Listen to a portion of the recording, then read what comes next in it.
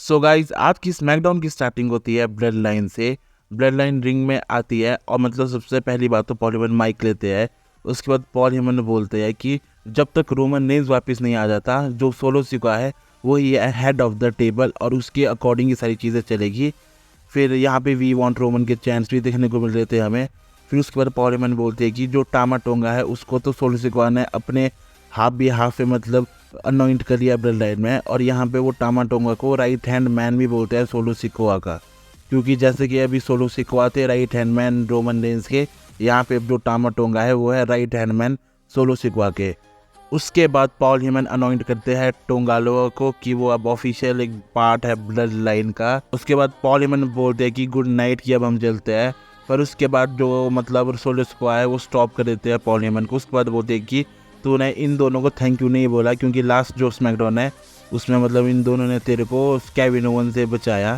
फिर जो Paul Heyman है मतलब डर के थैंक यू बोलते हैं, पर यहाँ पर ऐसे बोलते हैं thank you टामा tonga the right hand man and thank you tonga लोआ। उसके बाद पॉल हेमन थोड़ा मतलब केविन ओवंस के बारे में बोलते कि केविन ओवंस कैसे तुम्हारे पीछे केविन ओवंस कैसे ब्लड लाइन के पीछे पड़ा हुआ है। उसके बाद थीम सॉन्ग प्ले होता है केविन ओवंस का। केविन ओवंस रिंग में आते हैं, मतलब इनके बीच बहुत ब्रॉल देखने को मिलती है। पहले तो 1v3 हो रहा होता है, उसके बाद मतलब स्ट्रीट प्रॉफिट्स आ जाते हैं यहाँ पे सेव करने केविन ओवंस को। उसके बाद एंड में केविन ओवंस है वो स्टील चेयर ले आते हैं और वो सबको कूट काट के मतलब रिंग से बाहर निकाल देते हैं। हाँ, तो बस यही थी स्मैकडाउन की स्टार्टिंग। ज़्यादा मुझे में कुछ ऐसे ज़्यादा कुछ खास लगा नहीं, मतलब ठीक ठाक की थी जो स्टार्टिंग हुई थी। सो जो उसके बाद था एक बैक स्टेज से सेगमेंट जहाँ पे सोलो सिकोआ डिमांड कर रहे थे पॉल हेमन क्योंकि तू जान निकॉल्डी से और 6 मैन टैग टीम मैच के लिए मतलब उसको एग्री कर। उसके बाद जो पॉल हेमन होते हैं मतलब वो जाते हैं वहाँ से, वो बोलते हैं कि मैं बात करता हूँ निकॉल्डी से।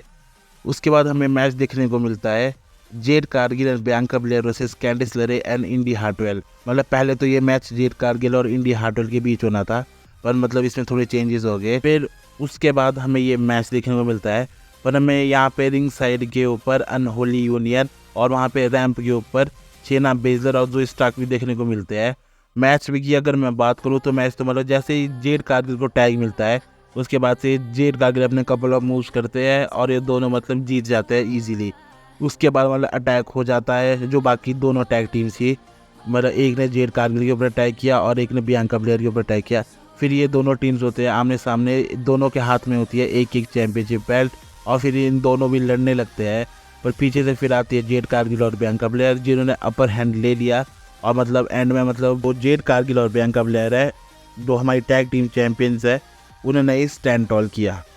सो पर्सनली जो अब ये विमेंस टैग टीम चैंपियनशिप की जो स्टोरी लाइन है मुझे तो पर्सनली बहुत अच्छी लग रही है, क्योंकि अब ये बहुत बढ़िया डायरेक्शन में जा रही है। उसके बाद हमें बैक स्टेज कोडी रोड्स देखने को मिलते हैं।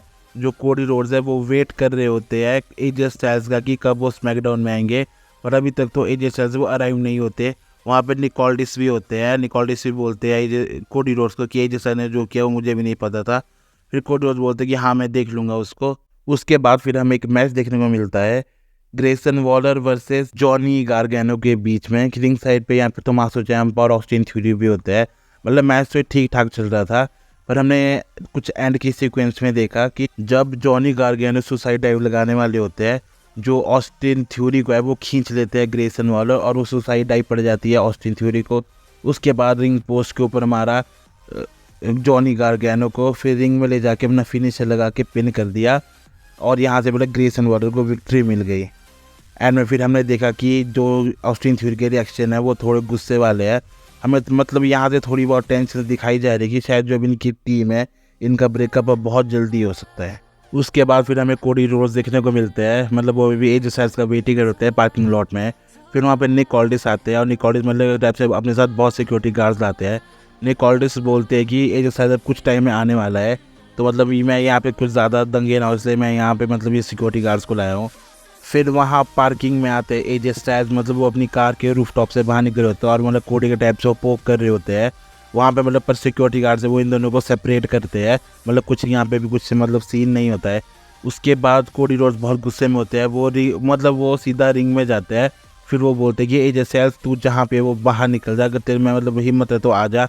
वहाँ से एजे स्टाइल्स आते हैं। फिर कोडी रोड्स बोलते हैं जो मुझे चाहिए वो तू देगा मुझे, मतलब कोडी रोड्स को एक टाइप से मैच ही होता है आज एजे स्टाइल्स से। उसके बाद एजे स्टाइल्स बोलते हैं कि तुझे जो चाहिए वो तुझे मिल जाएगा, पर मुझे चाहिए WWE चैंपियनशिप के लिए मैच और क्लैश एट द कैसल में।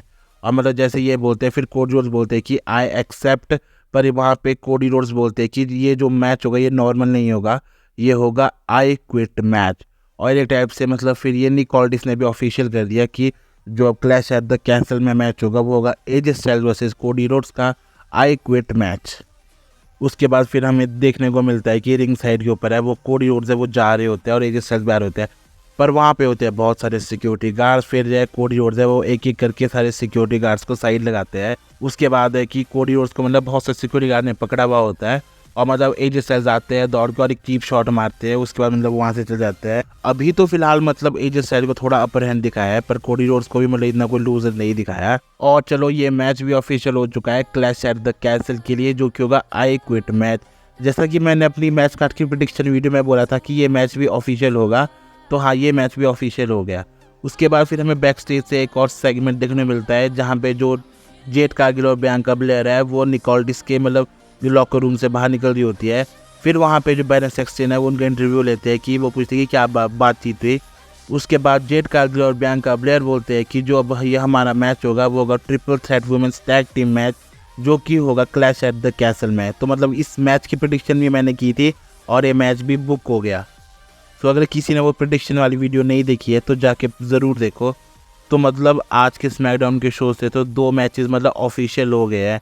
एक है कोडी रोड्स और एजे स्टाइल्स का, दूसरा है हमारा विमेंस टैग टीम चैंपियनशिप के लिए ट्रिपल थ्रेट मैच। सो जो नेक्स्ट होता है शो में वो होता है कार्मेलो हेज वर्सेस एलए नाइट का मैच। मतलब मैच ये ठीक ठाक चल रहा था। इसमें मतलब एलए नाइट है वो पिन करके जीत के, मतलब क्लियर विक्ट्री नहीं मिली टाइप से, वो फॉल्स पिन करके जीत गए एलए नाइट। फिर एलए नाइट जाते हैं रिंग टेबल के ऊपर, वहाँ पे मतलब वो माइक जैसा लेता है। फिर वो बोलते हैं कि अगर तू स्मैकडाउन में नहीं आएगा तो मैं स्मैकडाउन को तेरे पास लाऊंगा। तो मतलब अभी तो एलए नाइट की पूरी डायरेक्शन है यूनाइटेड स्टेट्स चैंपियनशिप के लिए। सो जो नेक्स्ट होता है वो देखने को मिलता है हमें बैक स्टेज से एक सेगमेंट जहाँ पे टिफनी स्टैटन होती है। वो बोल रही थी नाया जैक्स को कि तू मतलब मेरी फेवरेट क्वीन हो और हमेशा मेरा बैक रहेगा तुम्हारे ऊपर, इसके बारे में तुम ज़रूर सोचना। उसके बाद हमें देखने को मिलता है कि मीचिन आती है। मीचिन मतलब कुछ बोलती तो नहीं है, पर वहाँ पे नाया जैक्स है वो एजे स्टाइल्स के बारे में कुछ बात करती है। फिर मीचिन को थोड़ा गुस्सा आ जाता है, मीचिन पता नहीं क्या गिरा देती है और मतलब इनके बीच में छोटी सी ब्रॉल भी देखने को मिली। तब कुछ हुआ नहीं, मतलब बैक स्टेज छोटा सा सेगमेंट था। सो गाइस जो शो पे नेक्स्ट होता है वो होता है बेली का प्रोमो। बेली रिंग में आती है और पर्सनली मुझे तो आज पता चला कि ये जो रैंडम मैच है बेली और पाइपर निवेल का, ये बुक इसलिए हुआ है क्योंकि जो पाइपर निवेल है वो बिलोंग करती है स्कॉटलैंड से, इसीलिए मतलब ये पूरा रैंडम जैसा मैच बुक हुआ है। प्रोमो में ज़्यादा कुछ था नहीं, बेली आती है। उसके बाद मतलब वहाँ पे रिंग साइड पे चेल्सी ग्रीन और पाइपर निवेल भी आती है। चेल्सी ग्रीन बोल रही होती है बेली को कि तू तो लूज़र है, तेरे पास लूज़र पार्टनर है, तू सऊदी अरेबिया में भी लूज़र थी, तू हर जगह लूज़र है। फिर बेली बोलती कि तुझे अगर याद नहीं है तो मैंने सऊदी अरेबिया में तुझे हराया है। पर फिर वो पाइपर की बात करती है कि पाइपर मैं तेरे लिए बहुत रिस्पेक्ट करती हूँ, तूने मेरे पीछे से मेरे ऊपर अटैक किया, अगर तू ऐसे ही मेरे से चैंपियनशिप के लिए मतलब मैच मांग लेती तो मैं तुझे दे देती। फिर बोलती है कि अब मेरे पास कोई वो नहीं है, अब मैं तुझे हराऊंगी तेरी ही होम कंट्री में। फिर पाइपर निवन थोड़ा मतलब वो थोड़ा गुस्से में ऐसा होती है, वो बोलती है कि तू मुझे क्या हराएगी, मैं तुझे हराऊंगी अपनी कंट्री में, क्योंकि तूने मेरी अभी तक जर्नी देखी नहीं है। मेरी जर्नी की तू जब तक यहाँ पे परफॉर्मेंस सेंटर में थी, मैं वहाँ पे यूके में रेसल कर रही थी, मेरे टाइम से ये अपना बोल रही होती है। ज़्यादा कुछ था नहीं इसमें, बस थोड़े बहुत मतलब वर्ड्स एक्सचेंज हुए, मतलब यही था जो इनका मैच है उसको हाइप अप करने के लिए था, ज़्यादा कुछ था नहीं इसमें। उसके बाद फिर हमें बैक स्टेज से एक सेगमेंट देखने को मिलता है जहाँ पे लोगन पॉल होते हैं और लोगन बड़े टाइप से वही एलए नाइट का वो जो चैलेंज होता है उसको रिजेक्ट कर रहे होते हैं।